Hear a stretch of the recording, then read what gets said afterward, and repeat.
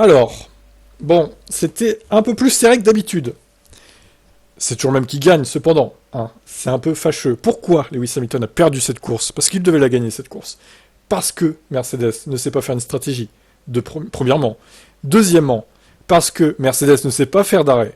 3 secondes 5, c'est pas suffisant. Certains font une seconde et demie de mieux. Quand tu fais 2 arrêts, ça fait 3 secondes. Voilà, c'est l'écart qu'il y a. Troisièmement, Lando Norris, le petit sac à foutre, qui à mon avis a signé un pré-contrat avec Red Bull. Vous avez vu comment il a ouvert la trajectoire à Verstappen pour qu'il passe? Il n'a pas défendu une seule seconde. Il a ouvert grand la porte pour qu'il gagne, qu'il aille gagner.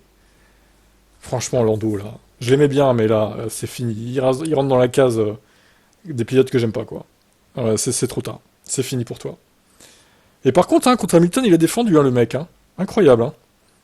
Donc Verstappen, Hamilton, Norris, qui au final, bon bah mauvais rythme hein, en course, la McLaren, devant Sainz, quatrième, Perez, cinquième, mine de rien, il est pas si loin que ça, donc bon, Hamilton il reprend pas beaucoup de points au final.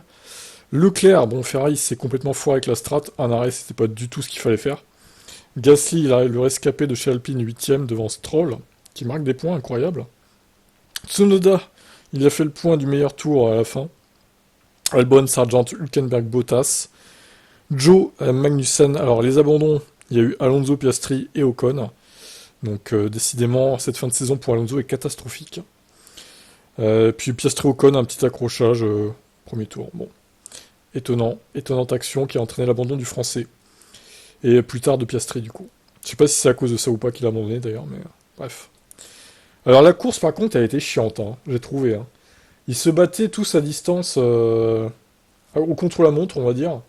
Mais il n'y a vraiment pas eu beaucoup de batailles au final. Si, Hamilton-Norris un petit peu.